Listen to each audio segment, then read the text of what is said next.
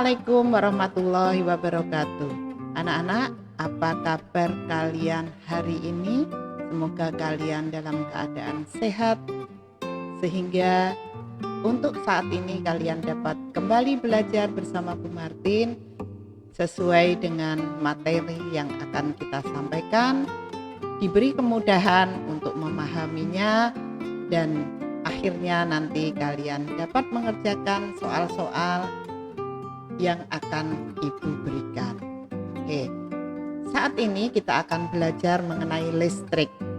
Nah, untuk mengawali perjumpaan kita, anak-anak nanti akan menyaksikan video bagaimana listrik sampai ke rumah kita, sehingga dengan mudahnya kita tinggal klik untuk menyalakan listrik, tinggal klik untuk menyalakan televisi, tinggal klik untuk menyalakan peralatan-peralatan yang ada di rumah kita yang kita dapatkan semakin praktis dengan adanya listrik.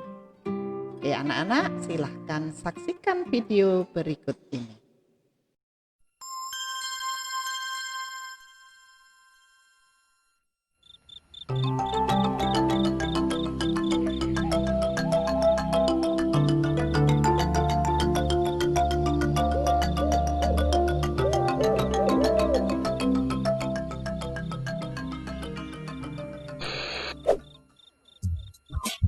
Woi, bangun, bangun. Masa TV-nya tidak ditonton, kok dibiarkan nyala? Wah, kamu siapa? Namaku Billy, si bijak listrik. Listrik? Iya, kamu tahu listrik? Enggak. Listrik itu energi yang membuat alat-alat di sekitarmu berfungsi. Seperti TV, setrika, radio, komputer, kulkas, mesin cuci, AC, semuanya pakai listrik.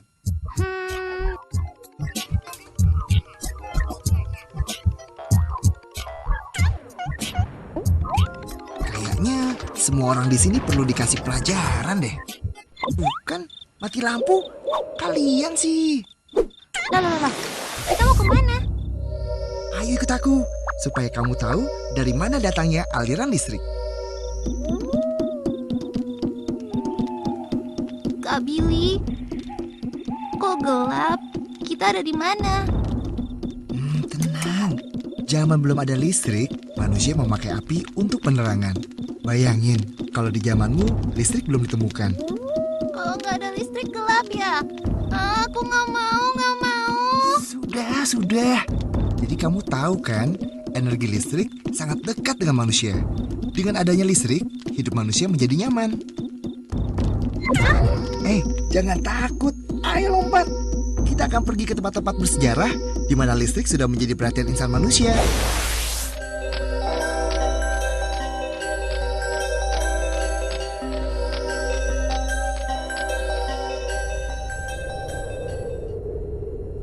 Ada layangan.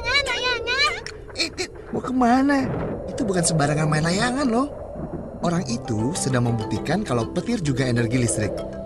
Listrik alam yang kekuatannya sangat besar. Oh, jadi petir juga listrik.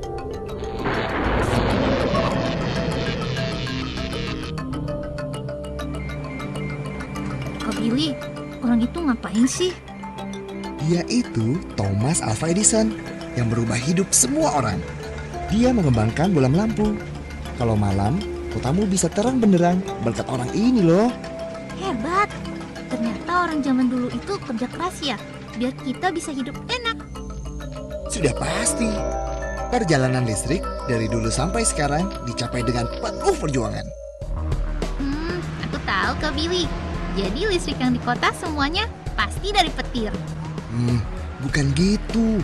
Petir hanya salah satu wujud listrik, tapi dari alam. Kalau listrik yang kita pakai itu buatan manusia. Oh, listrik bisa dibuat. Gimana caranya? Tenaga listrik bisa dibuat dengan memanfaatkan tenaga alam yang berasal dari bumi Indonesia kita. Seperti air, uap, minyak bumi, gas alam, dan panas bumi. Nah, Kalau di sini, listrik dibuat dengan memanfaatkan tenaga air. Masuk yuk. Tuh, lihat tuh. Sebentar lagi, arus air yang menggerakkan turbin itu akan menghasilkan energi gerak. Lalu, energi gerak tersebut diubah menjadi energi listrik di dalam generator. Imut banget. Kak Billy, dia siapa?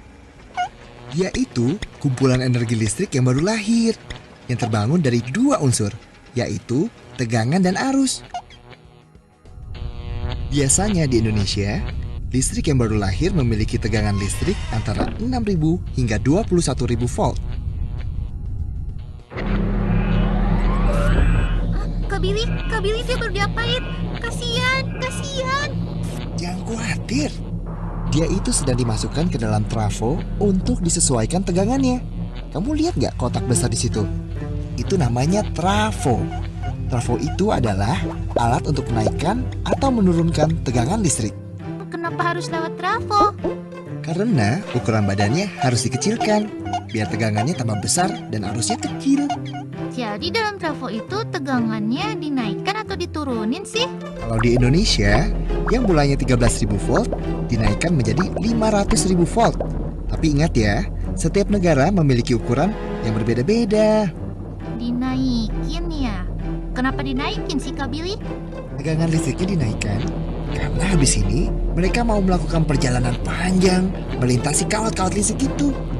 Weh, hebat. Buat apa?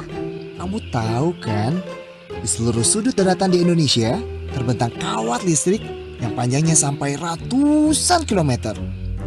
Daripada dijelasin panjang lebar, mending ikut aja yuk. Gak apa-apa nih.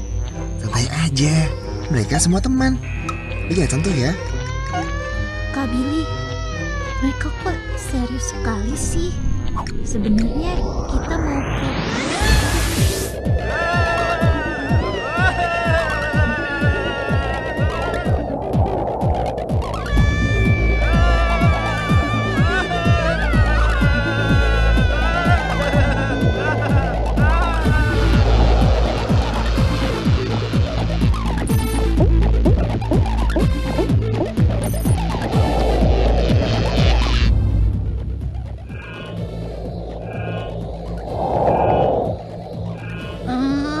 Aduh, cepet banget.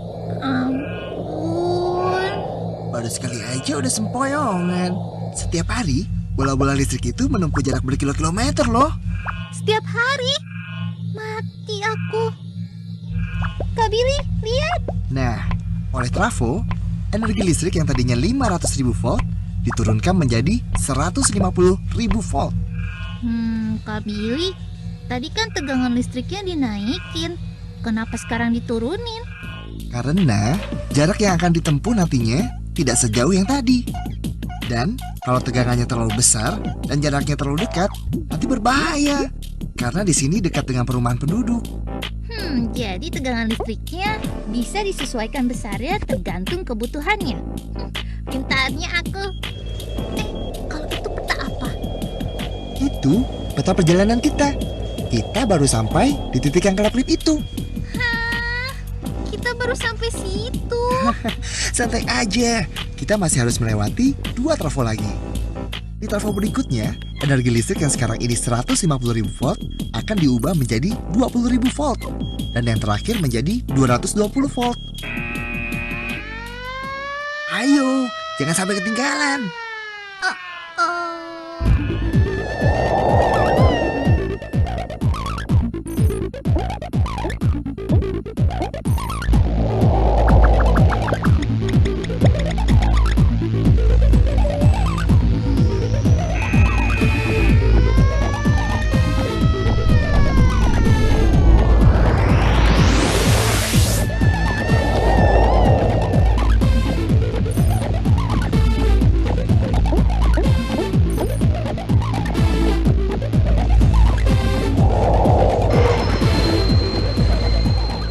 Bentuk mereka yang terakhir. Cakep ya. Tegangan 220 volt ini adalah tegangan listrik yang dipakai di rumah-rumah. Rumah siapa?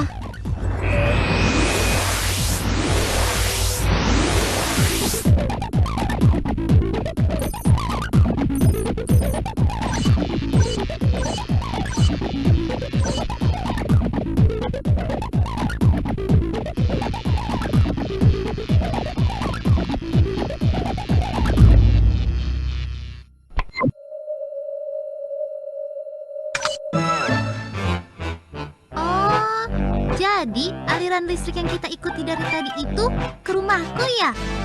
Nggak cuma ke rumahmu aja, tapi ke rumah semua orang yang ada di kota, di desa, di jalanan, di mana-mana. Listrik yang mengalir ke rumahmu itu setiap hari melibatkan usaha jutaan orang yang bekerja keras untuk mewujudkannya. Kalau kamu boros listrik, berarti kamu menyanyiakan kerja jutaan orang. Semuanya kerja keras buat kita. Semuanya untuk kehidupan yang lebih baik. Makasih Kak Billy. Aku jadi tahu dari mana datangnya aliran listrik. Sama-sama, tapi ingat ya, kamu harus bersyukur. Di rumahmu sudah ada listrik. Banyak loh teman-teman kita di daerah lain yang belum bisa menikmati listrik. Ya, gelap dong. Kasihan. Iya, listrik yang kamu pakai tidak murah karena masih banyak jaringan listrik yang harus diperluas ke daerah mereka. Makanya, ajak semua orang terdekat kita untuk hidup bijak listrik ya. Ya Kak Billy, pasti. Oke kalau gitu, sampai jumpa lagi.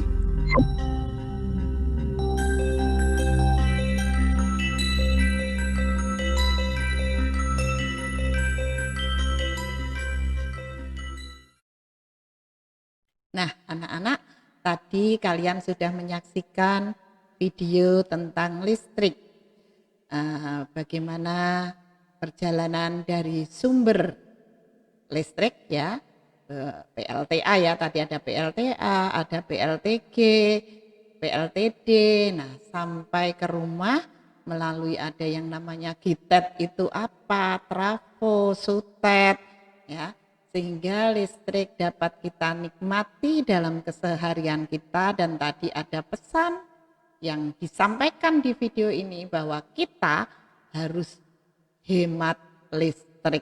Nah, sudahkah kalian melakukan apa yang tadi telah disampaikan oleh Billy?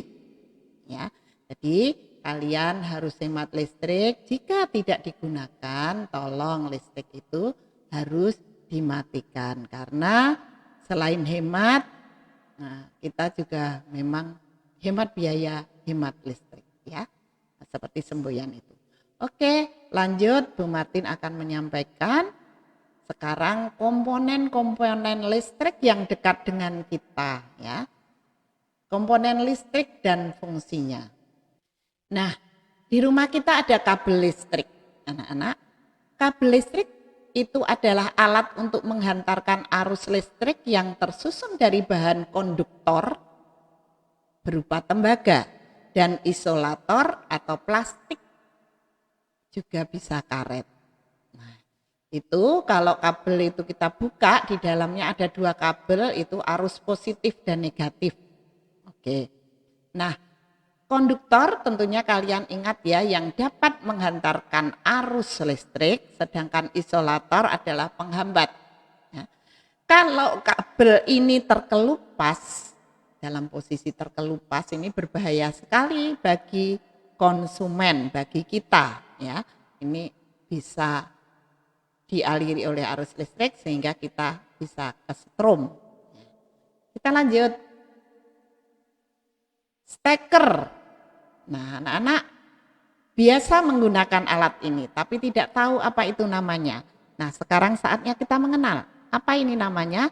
Namanya adalah steker. Steker adalah dua buah colokan berbahan logam, ini juga logam, yang dipasang pada ujung kabel listrik yang berfungsi untuk menghubungkan peralatan listrik dengan aliran listrik. Nah, anak-anak, hati-hati. Ketika kalian sudah mengenal konduktor dan isolator, hati-hati dengan peralatan-peralatan listrik tersebut ya. Seperti contohnya berikut. Nah, ini. Stop kontak. Stop kontak adalah lubang penghubung masuknya steker dari alat elektronik. Biasanya stop kontak terdiri dari 2 lubang dengan 2 baut sebagai penguat. Yang Bu Martin hati-hati kalian itu di sini. Kadang anak-anak sembrono dengan menggunakan logam misalnya gunting atau besi, paku dan sebagainya dimasukkan ke dalam stop kontak. Hati-hati itu bisa kesetrum. Kalau adikmu sedang bermain, apalagi stop kontak itu berada di bawah, ya di bagian bawah dinding ruangan di rumahmu tanpa penutup, adikmu misalnya membawa logam, lalu dia utek-utek di situ memasukkan logam di dalam stop kontak itu, kamu harus segera menghentikannya karena itu sangat berbahaya sekali. Begitu ya. Nah, lanjut. Nah, ini saklar. Saklar. Orang biasa menyebut clock click. Saklar itu apa? Saklar adalah alat yang digunakan untuk memutus dan menyambung arus listrik, ya. Memutus dan menyambung arus listrik. Kita lanjutkan. Ini di rumah kita juga ada. Ini namanya meteran. Di situ ada kWh meter, ya. Itu untuk mengukur seberapa kita menggunakan listrik, ya, menggunakan listrik dalam 1 bulan. Lalu nanti petugas dari PLN akan mencatat. Setelah dicatat, nanti akan muncul tagihan kepada kita.